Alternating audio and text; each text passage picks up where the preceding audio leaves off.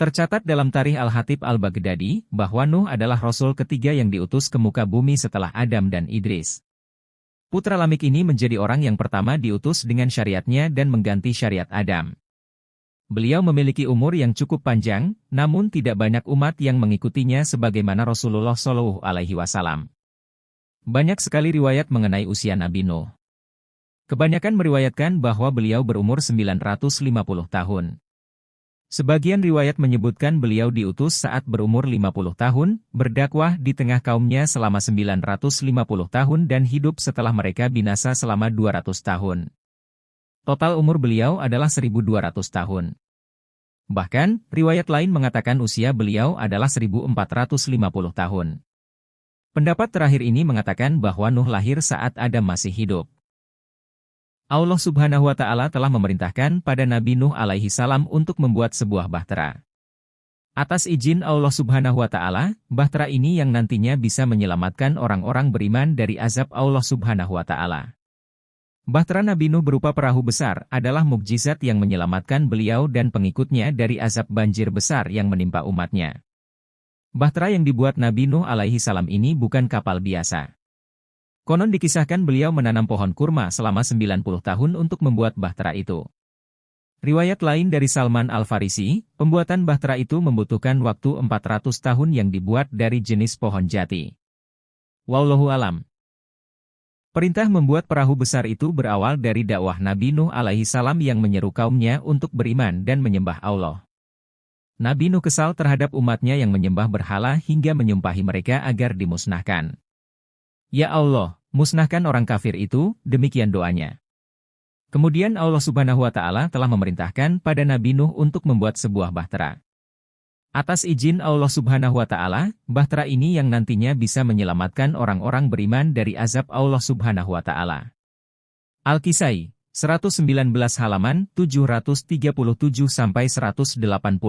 halaman 809, ulama di bidang qiraat Al-Quran, mengatakan, setelah Allah memberi wahyu kepada Nabi Nuh alaihi salam, bahwa yang mampu memikul kayu itu adalah Auj dari Kufah ke Tanah Hirah, yaitu suatu perkampungan yang dekat dengan Baghdad. Maka Nabi Nuh mendatangi Auj dan memintanya memikulkan kayu tersebut untuknya. Auj berkata, aku tidak akan memikulnya kecuali engkau mengenyangkanku dengan roti. Kebetulan pada waktu itu, Nabi Nuh membawa 3 roti dari kacang. Dia memberikan selembar roti itu kepada Auj dan berkata, makanlah roti itu. Melihat itu, Auj pun tertawa dan berkata, seandainya roti ini sebesar gunung itu, ia tidak akan membuatku kenyang, apalagi roti ini hanya selembar. Mendengar ucapan Auj, Nabi Nuh memotong selembar roti itu dan memberikan kepadanya dan berkata, bacalah Bismillahirrohmanirrohim kemudian makan potongan roti ini. Auj pun memakannya dan kemudian dia diberi lembaran roti yang kedua. Lembaran roti yang kedua baru setengah, Auj telah kenyang dan tidak sanggup memakan apapun. Setelah memakan roti itu, Auj membawa semua kayu tersebut dari Kufah menuju Hirah dalam sekali pemberangkatan. Setelah kayu-kayu tersebut berada di hadapan Nabi Nuh alaihi salam, beliau berkata, wahai Tuhanku, bagaimana cara membuat bahtera itu? Maka, Allah memerintahkan Jibril untuk mengajarkannya bagaimana membuat bahtera. Setelah diajari cara membuat bahtera, Nabi Nuh alaihi salam mengubah kayu-kayu tersebut menjadi lembaran-lembaran, kemudian dia melekatkan lembaran yang satu pada lembaran yang lainnya dan memakunya dengan paku-paku besi. Dia buat depannya seperti kepala burung merak, belakangnya seperti ekor ayam, paruhnya seperti paruh Raja Wali, sayapnya seperti sayap burung Garuda, dan wajahnya seperti wajah burung merpati. Dan bahtera itu dia jadikan 3 tingkat. Menurut riwayat lain, 7 tingkat. Ibnu Abbas radhiyallahu anhu mengatakan bahwa panjang bahtera itu 1000 siku, lebarnya 600 siku, dan tingginya 300 siku. Menurut sebuah riwayat, Nabi Nuh alaihi salam mengerjakan pembuatan bahtera itu memakan waktu selama 40 tahun. Sewaktu mengerjakannya, kaum Nuh suka mengejek dan mereka berkata kepadanya, hai Nuh, engkau telah meninggalkan kenabian dan beralih profesi menjadi tukang kayu. Al-Kisai mengatakan bahwa, ketika malam tiba, kaum Nuh suka membawa api untuk membakar kayu bahtera tersebut, tetapi anehnya api itu tidak pernah mampu membakarnya. Mereka berkata, ini karena sihirnya Nuh.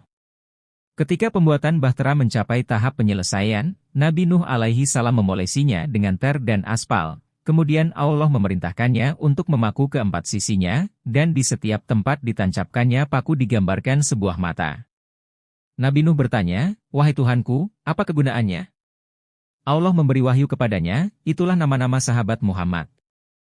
Mereka adalah Abdullah Abu Bakar, Umar, Utsman, dan Ali. Bahtera tidak akan sempurna kecuali dengan melakukan hal itu. Perintah Allah tersebut dilaksanakan oleh Nabi Nuh dan pembuatan bahtera pun selesai.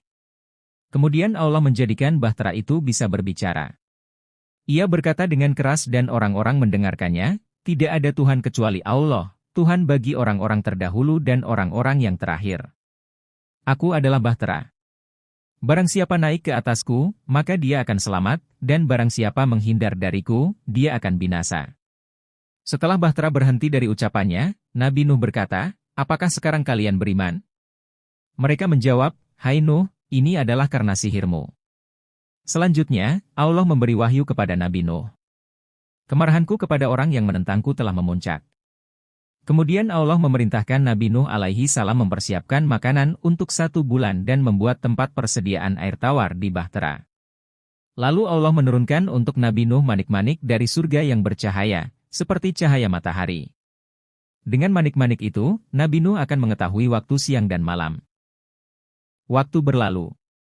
Nabi Nuh alaihissalam meminta izin kepada Tuhannya untuk melaksanakan haji, dan dia pun diizinkan. Sewaktu dia pergi ke Mekah, kaumnya bermaksud membakar bahtera. Maka Allah memerintahkan kepada beberapa malaikat untuk mengangkat bahtera itu antara langit dan bumi. Para malaikat mengangkat bahtera itu dan kaum Nuh menyaksikannya. Sewaktu berada di Mekah, Nabi Nuh alaihissalam melakukan tawaf 7 kali dan di sana dia berdoa agar kaumnya dibinasakan. Doanya dikabul oleh Allah. Ketika Nuh kembali dari Mekah, bahteranya diturunkan kembali ke atas tanah. Kemudian Allah memerintahkannya agar naik ke sebuah gunung dan menyeru dengan sekeras-kerasnya, "Wahai kawanan binatang liar, kawanan burung, kawanan serangga, dan semua yang bernyawa, datanglah kemari. Masuklah ke dalam bahtera. Sungguh, azab sebentar lagi akan terjadi." Seruan Nabi Nuh terdengar dari timur hingga barat. Setelah itu, kawanan binatang liar, burung, binatang melata, dan serangga datang berbondong-bondong. Lalu Nuh alaihi salam berkata, "Aku diperintahkan untuk membawa dari masing-masing binatang sepasang, jantan dan betina." Dia telah diperintahkan untuk membawa semua jenis pepohonan tanpa kecuali. Dia diperintahkan untuk membawa jasad Adam dan Hawa. Lalu dia meletakkan jasad keduanya dalam sebuah peti. Selain itu, dia diperintahkan untuk membawa Hajar Aswad, tongkat Nabi Adam, yang telah diturunkan kepadanya dari surga, dan diperintahkan membawa tabut, suhuf, dan tali. Dan manusia yang masuk ke dalam bahtera bersamanya berjumlah 40 orang laki-laki dan 40 orang perempuan. Mereka ditempatkan di tingkat pertama.